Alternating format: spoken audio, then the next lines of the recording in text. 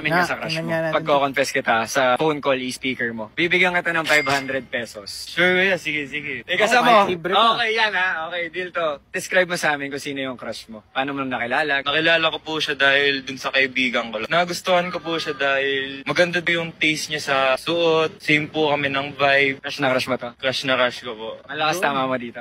Opo. Game, sige, tawagan mo yung crush mo. Sana sumagot. Kumado ko yan. Kinakabang ka? Opo. Di, kaya mo yan, kaya mo yan. Nagko-call ba kayo yun lagi? Hindi po. Nag-call na kayo dati? Hindi po. First time nyo itong magko-call? Opo. Hello, Lorraine. Bakit? Ay, gusto lang ako sabihin sa'yo. Ano? Matagal na kitang gusto. Hindi ko... Matagal ko nang gustong sabihin sa'yo. Gustong gusto talaga kita. Yan!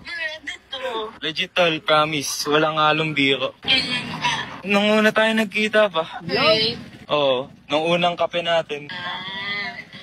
Nagustuhan na talaga kita. Ang tanong. Ngayon lang talaga ako nagka-courage na nasabihin ko to sa'yo. Ano gusto mo?